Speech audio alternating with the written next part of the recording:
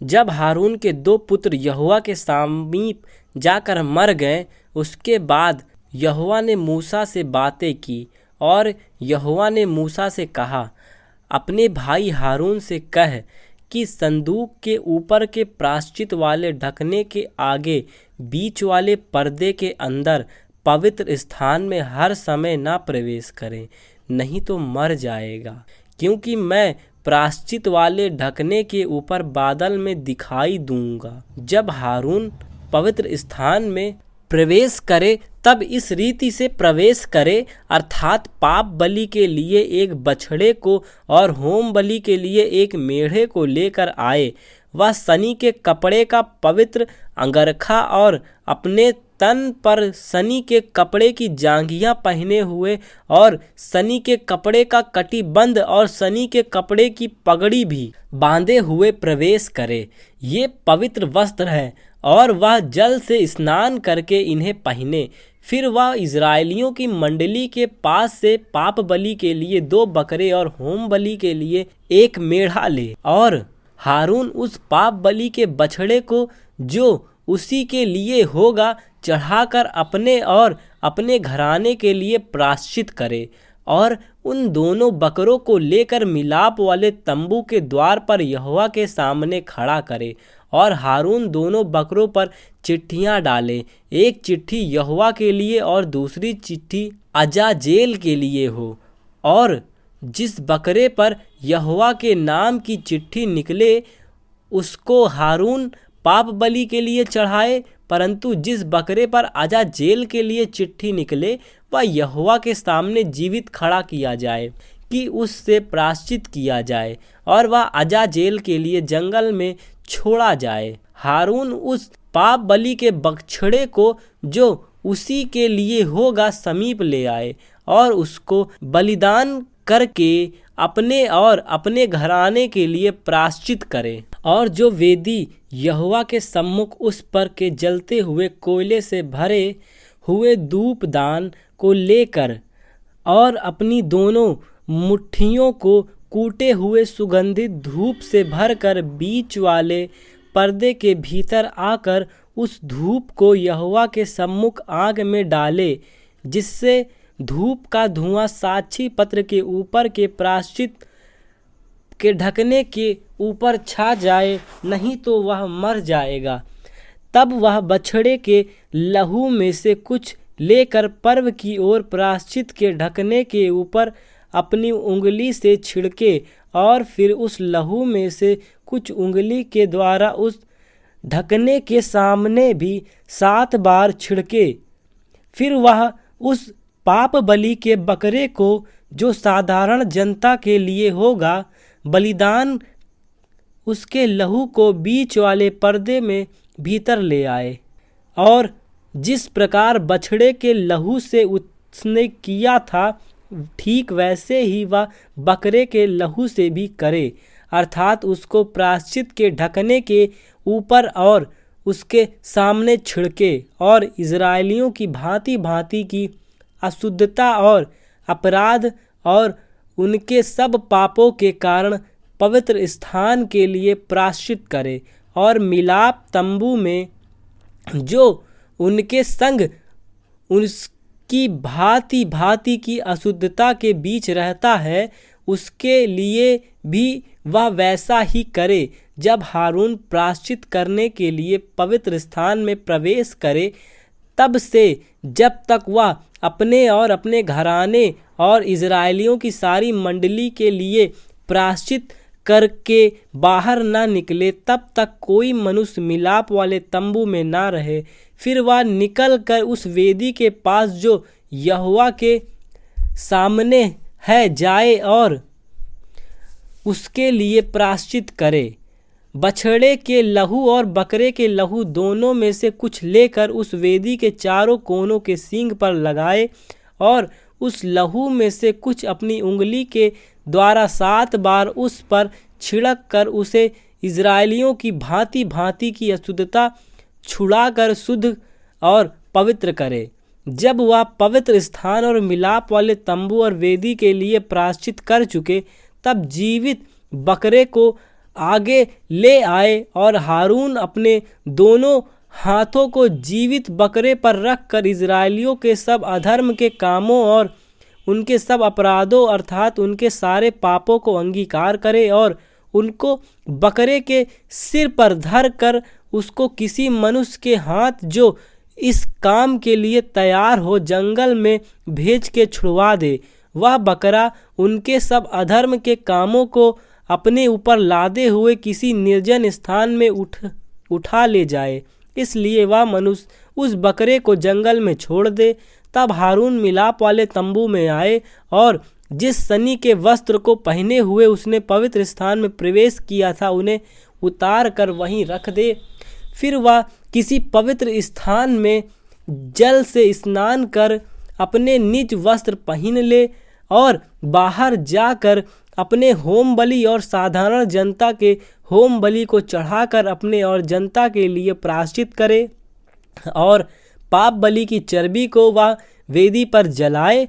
और जो मनुष्य बकरे को अजाजेल के लिए छोड़कर आए वह भी अपने वस्त्र धो लें और जल से स्नान करें। और जब वह छावनी में प्रवेश करे और पाप बलि का बछड़ा और पाप बलि का बकरा भी जिनका लहू पवित्र स्थान में प्रायश्चित करने के लिए पहुँचाया जाए, वे दोनों छावनी से बाहर पहुँचाए जाएं और उनका चमड़ा मांस और गोबर आग में जला दिया जाए।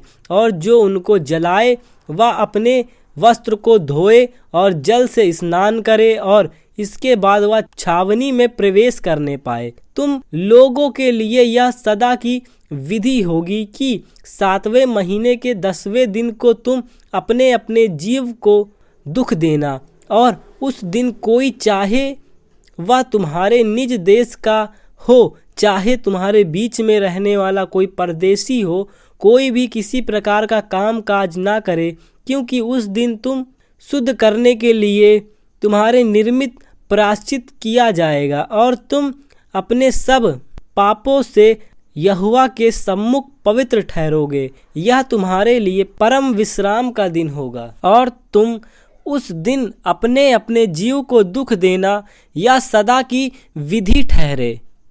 और जिसका अपने पिता के स्थान पर याजक पद के लिए अभिषेक और संस्कार किया जाए, वह याजक प्रायश्चित किया जाए, अर्थात वह सनी के पवित्र इस वस्त्रों को पहनकर पवित्र स्थान और मिलाप वाले तंबू और वेदी के लिए प्रायश्चित करे और याजकों के और मंडली के सब लोगों के लिए भी प्रायश्चित करे। और यह तुम्हारे लिए सदा की विधि होगी कि इजरायलियों के लिए प्रतिवर्ष एक एक बार तुम्हारे सारे पापों के लिए प्रायश्चित किया जाए, यहोवा की इस आज्ञा के अनुसार जो उसने मूसा को दी हारून ने किया। फिर यहोवा ने मूसा से कहा, हारून और उसके पुत्रों से और सब इजरायलियों से कह कि यहोवा ने यह आज्ञा दी है, इजराइल के घराने में से कोई मनुष्य हो जो बैल या भेड़ के बच्चे या बकरी को चाहे छावनी में चाहे छावनी से बाहर घात करके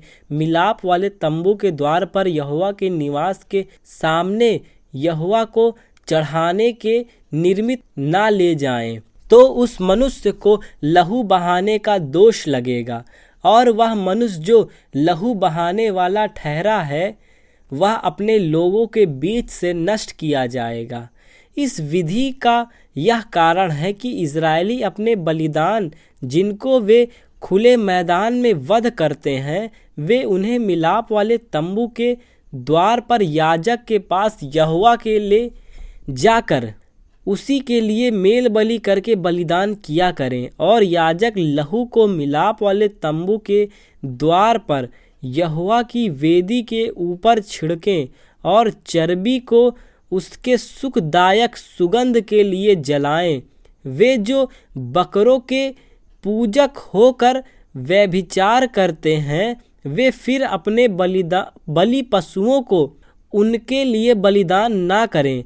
तुम्हारी पीढ़ियों के लिए यह सदा की विधि होगी। तू उनसे कह कि इजराइल के घराने के लोगों में से या उनके बीच रहने वाले परदेशियों में से कोई मनुष्य क्यों ना हो जो होम बलि या मेल बलि चढ़ाए और उसको मिलाप वाले तंबू के द्वार पर यहोवा के लिए चढ़ाने को ना ले आए, वह मनुष्य अपने लोगों में से नष्ट किया जाए। फिर इज़राइल के घराने के लोगों में से या उनके बीच रहने वाले परदेशियों में से मनुष्य क्यों न हो जो किसी प्रकार का लहू खाए, मैं उस लहू खाने वाले के विमुख होकर उसको उसके लोगों के बीच में से नष्ट कर डालूंगा। क्योंकि शरीर का प्राण लहू में रहता है और उसको मैंने तुम लोगों को वेदी पर चढ़ाने के लिए दिया है कि तुम्हारे प्राणों के लिए प्रायश्चित किया जाए। क्योंकि प्राण का कारण लहू ही से प्रायश्चित होता है। इस कारण मैं इज़राइलियों से कहता हूँ कि तुम में से कोई प्राणी लहू ना खाए, और जो परदेशी तुम्हारे बीच रहता हो वह भी लहू कभी ना खाए। इज़राइलियों में से या उनके बीच रहने वाले परदेशियों में से कोई मनुष्य क्यों ना हो जो आहेर करके खाने के योग्य पशु या पक्षी को फाड़ के वह उसके लहू को उड़ेल कर धूलि से ढांप दे। क्योंकि शरीर का प्राण जो है वह उसका लहू ही है, जो उसके प्राण के साथ एक है। इसलिए मैं इज़राइलियों से कहता हूँ कि किसी प्रकार के प्राणी के लहू को तुम ना खाना, क्योंकि सब प्राणियों का प्राण उनका लहू ही है। जो कोई उसको खाए वह नष्ट किया जाए, और चाहे वह देशी हो या परदेशी हो। जो कोई किसी लोथ या फाड़े हुए पशु का मांस खाए वह अपने वस्त्रों को धोकर जल से स्नान करे और सांझ तक अशुद्ध रहे, तब वह शुद्ध होगा। परंतु यदि वह उनको ना धोए और ना स्नान करे तो उसको अपने अधर्म का भार स्वयं उठाना पड़ेगा। फिर यहोवा ने मूसा से कहा, इज़राइलियों से कह कि मैं तुम्हारा परमेश्वर यहोवा हूँ। तुम मिस्र देश के कामों के अनुसार जिसमें तुम रहते थे ना करना, और कनान देश के कामों के अनुसार भी जहाँ मैं तुम्हें ले चलता हूँ ना करना, और ना उन देश की विधियों पर चलना। मेरे नियमों को मानना और मेरी विधियों को मानते हुए उन पर चलना। मैं तुम्हारा परमेश्वर यहोवा हूँ। इसलिए तुम मेरे नियम और मेरे विधियों को निरंतर मानना। जो मनुष्य उनको माने वह उनके कारण जीवित रहेगा। मैं यहोवा हूँ। तुम में से कोई अपनी किसी निकट कुटुंबिनी का तन उघाड़ने को उसके पास ना जाए। मैं यहोवा हूँ। अपनी माता का तन जो तुम्हारे पिता का तन है ना उघाड़ना, वह तो तुम्हारी माता है, इसलिए तुम उसका तन ना उघाड़ना। अपनी सौतेली माता का भी तन ना उघाड़ना, वह तो तुम्हारे पिता का ही धन है। अपनी बहन चाहे सगी हो चाहे सौतेली हो, चाहे वह घर में उत्पन्न हुई हो चाहे बाहर, उसका तन ना उघाड़ना। अपनी पोती या अपनी नातिन का तन ना उघाड़ना। उनकी देह तो मानो तुम्हारी ही देह है। तुम्हारी सौतेली बहन तो तुम्हारे पिता से उत्पन्न हुई है, वह तुम्हारी बहन है, इस कारण उसका तन ना उघाड़ना। अपनी फूफी का तन ना उघाड़ना, वह तो तुम्हारे पिता की निकट कुटुंबनी है। अपनी मौसी का तन ना उघाड़ना, क्योंकि वह तुम्हारी माता की निकट कुटुंबनी है। अपने चाचा का तन ना उघाड़ना, अर्थात उसकी स्त्री के पास ना जाना, वह तो तुम्हारी चाची है। अपनी बहू का तन ना उघाड़ना, वह तो तुम्हारे बेटे की स्त्री है, इस कारण तुम उसका तन ना उघाड़ना। अपनी भौजी का तन ना उघाड़ना, वह तो तुम्हारे भाई की का तन है। किसी स्त्री और किसी उसकी बेटी दोनों का तन ना उघाड़ना, और उसकी पोती का या उसके नातिन को अपनी स्त्री करके उसका तन ना उघाड़ना, वे तो निकट कुटुंबनी हैं। ऐसा करना महापाप है। और अपनी स्त्री की बहन को भी अपनी स्त्री करके उसकी सौत ना करना, कि पहले के जीवित रहते हुए उसका तन भी उघाड़े। फिर जब तक कोई स्त्री अपने ऋतु के कारण अशुद्ध रहे तब तक उसके पास उसका तन उघाड़ने को ना जाना। फिर अपने भाई बंधु की स्त्री से कुकर्म करके अशुद्ध ना हो जाना। अपनी संतान में से किसी को मेलेक के लिए होम करके ना चढ़ाना और ना अपने परमेश्वर के नाम को अपवित्र ठहराना। मैं यहोवा हूँ। स्त्री गमन की रीति से पुरुष गमन ना करना, वह तो घिनौना काम है। किसी जाति के पशु के साथ पशु गमन करके अशुद्ध ना हो जाना, और ना कोई स्त्री पशु के सामने इसलिए खड़ी हो कि उसके संग कुकर्म करे, यह तो उल्टी बात है। ऐसा कोई भी काम करके अशुद्ध ना हो जाना, क्योंकि जिन जातियों को मैं तुम्हारे आगे आगे निकालने पर हूँ, वे ऐसे ऐसे काम करके अशुद्ध हो गए हैं और उनका देश भी अशुद्ध हो गया है। इस कारण मैं उस पर उनके अधर्म का दंड देता हूँ और वह देश अपने निवासियों को उगल देता है। इस कारण तुम लोग मेरी विधियों और नियम को निरंतर मानना, और चाहे देशी चाहे तुम्हारे बीच रहने वाला परदेशी हो, तुम में से कोई भी ऐसा घिनौना काम ना करे, क्योंकि ऐसा सब घिनौना कामों को उस देश के मनुष्य जो तुमसे पहले उसमें रहते थे वे करते आए हैं। इसी से वह देश अशुद्ध हो गया है। अब ऐसा ना हो कि जिस रीति से जो जाति तुमसे पहले उस देश में रहती थी उसको उसने उगल दिया, उसी रीति जब तुम उसको अशुद्ध करो तो वह तुमको भी उगल दे। जितने ऐसा कोई घिनौना काम करें, वे सब प्राणी अपने लोगों में से नष्ट किए जाएं। यह आज्ञा जो मैंने तुम्हारे मानने को दी है, उसे तुम मानना, और जो घिनौनी रीति तुमसे पहले प्रचलित है उनमें से किसी पर ना चलना और ना उनके कारण अशुद्ध हो जाना। मैं तुम्हारा परमेश्वर यहोवा हूँ।